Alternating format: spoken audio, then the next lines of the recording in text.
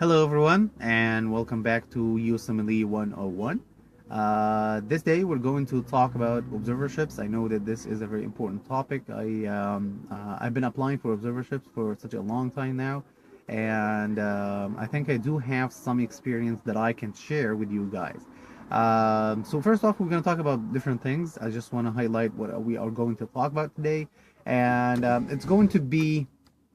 First off, we're gonna talk what is a U.S. clinical experience in general, and where does observership rank in that in the U.S. clinical experience. Also, who should do an observership? Like, why would you do it, and stuff like that. Um, Finally, we're gonna say exactly what are the benefits or what you should be getting out of the observership, and how you can obtain an observership at the end, which is most importantly what we need to talk about today. Okay, so first off, U.S. clinical experience. Okay, so this is something that is very important if you want to match or to apply for the match. This is going to help you in multiple ways. It's gonna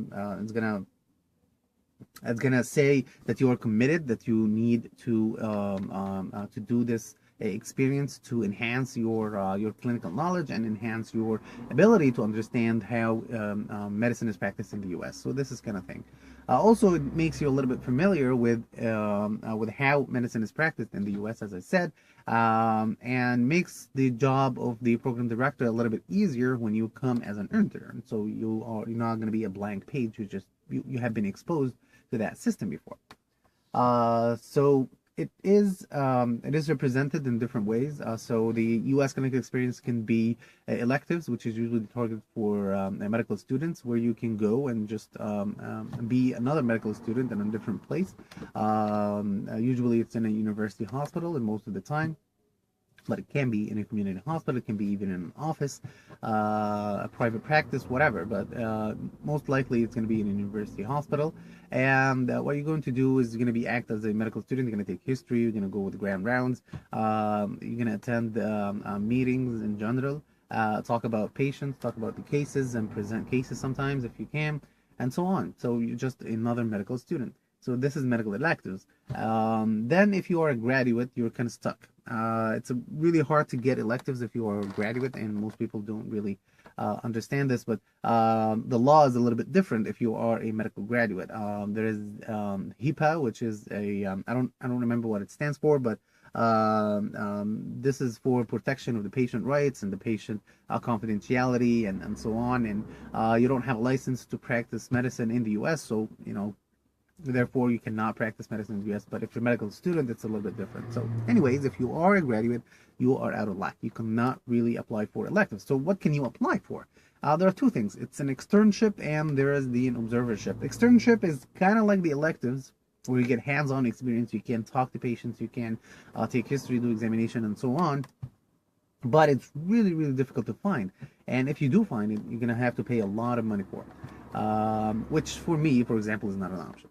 The second thing is going to be the observership. Okay, so an observership, what it is exactly what it says. It's observation. So what you're going to do is you're going to attend. You're going to shadow a physician, maybe attending physician, or maybe it's going to be a resident or whatever, and you're going to see exactly what they are doing, and that's it. That's exactly what you're going to do. You're going to observe.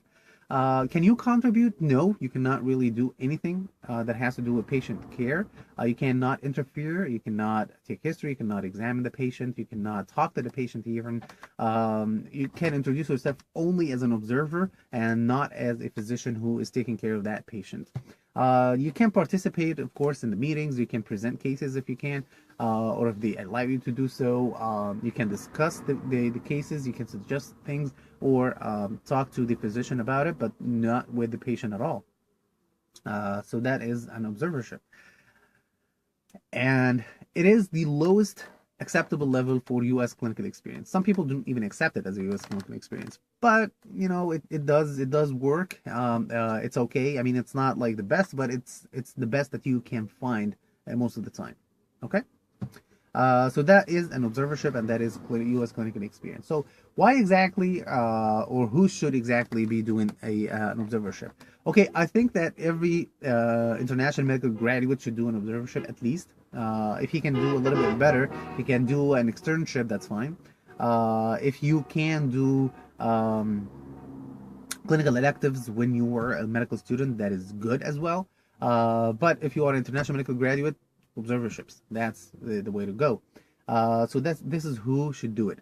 And of course, international medical graduate who's applying for the match. Just get this out of the way. It wouldn't really benefit anyone or maybe enhance your CV resume if you are not applying for the match. So this is just for the sole purpose of applying for the match. So what are the benefits? Well, what you get from the observership basically is an exposure. So you are exposed to the U.S. medical system, and you kind of get familiar with how they practice medicine, and you kind of get familiar with the culture of the patients and what you're going to deal with as a resident at the end. Also, and most importantly, you're going to be able to be exposed to physicians. So the physicians can help you in multiple ways. Of course, you're going to be, networking with a lot of people, and this can help you land maybe an interview later on. The second thing is going to be letters of recommendations. So if you did well and if you established a good relationship and you demonstrated how good you are, you probably will get a recommendation letter from the attending physician or the supervising physician that you are doing the observership with. And this is really important because you're going to need U.S. physicians giving you letters of recommendations. So this is mainly the whole thing. So letters of recommendations are really important. And finally, you can add it to your CV as a U.S. clinical experience, which is good for your resume and CV for the match. So this is the benefits that you're going to get from an observership. Finally, how do you get an observership? Okay, so there are multiple ways. The first thing, and let's just get this out of the way, there are paid ways that you can get observership. I don't really recommend that you do this. Some people do, but I don't recommend it because there are free ways that you can get observerships. But you can pay like $1,000 to $2,000 to like a company or an institution that can actually guide you and get you an observership. Most likely, it's not going to be like amazing. You're going to be stuck with one physician who gets paid some money to take you in. The experiences that I saw, it's not really amazing or great, but I'm just laying it out there if you want, if you do have the money for it. And if you're stuck, maybe that can help you in some way, but I don't really recommend that. What I recommend is that you go and you do some effort and some research.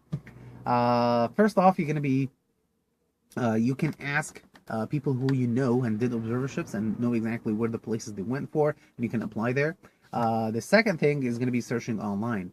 There are multiple resources, multiple websites that kind of like do a list of things, or list of places that actually accept international medical graduates for observership or have an official observership program that you can apply for. I'm going to leave down in the description below. You can check that out.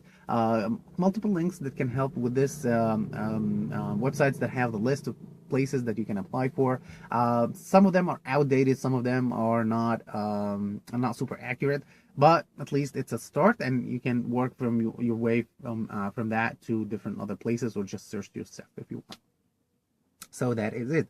The second thing you can do, even if the place does not have an official observership program, you can just email doctors there and say, well, my name is blah, blah, blah, and I am ECFMG certified, or I did step 1, or I'm interested in general. I'm interested in this specialty, let's say internal medicine, and I would like to come and observe with you, or maybe shadow you, and just to enhance my clinical competencies and so on, and just introduce yourself and see how it goes.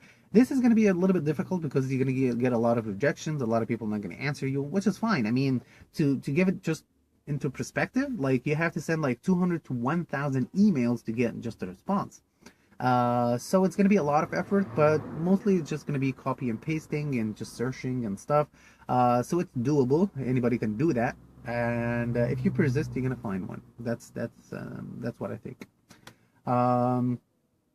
So that's it. That's how you get an observership. And then later on, you're going to be dealing with a lot of paperwork when it comes to observerships. So be prepared with a lot of things. First, you're going to be prepared with your resume or CV. That's going to be really important. The second thing, you have to prepare a really good email where you can introduce yourself. You're going to say It has to be a little bit short, so nobody's going to read like everything that has to do with you. And the second thing, you're going to highlight the most important things, which are your USMLE scores, of course, your interest in general, when exactly are you going to observe, do you have a visa or not. So those are things that you need to just wrap up and put it into your email to get these things out of the way. Also, you're going to have to scan your visa if you do have one, scan your ECFMG certification if you do have one, any documentation that supports what you are claiming in your resume. Just prepare those things because they can ask for it, and then you can just mail it right away. You don't have to wait like for such a long time to prepare those documents and then so on. USMLE reports as well, of course, transcripts of your medical diploma or any documentation that supports your CV again. That would really help a lot.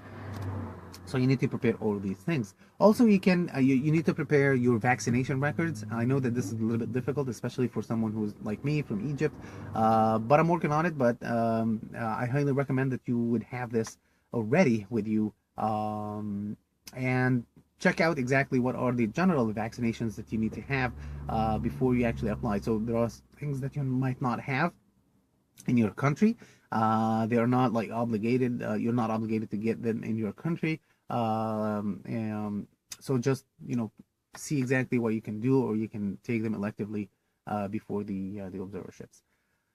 So that's it. I think most observerships are gonna be exactly like I said.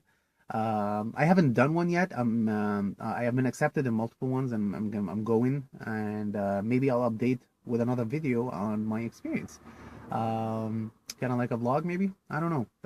If you would like that, just leave a thumbs up on the video. I will know that you would like to see something like that. But that's been it. If you do have any other questions or anything related to observerships, kindly just leave it down below. I'll hang out in the comment section. I'll answer all the questions most of the time, and I'll be happy to answer your questions. And also, if you do have any experiences with observerships, just leave it down below so people can benefit from them, and personally, I would benefit as well. That's it. Thank you for watching, and I'll talk to you in the next one. All right. Bye-bye.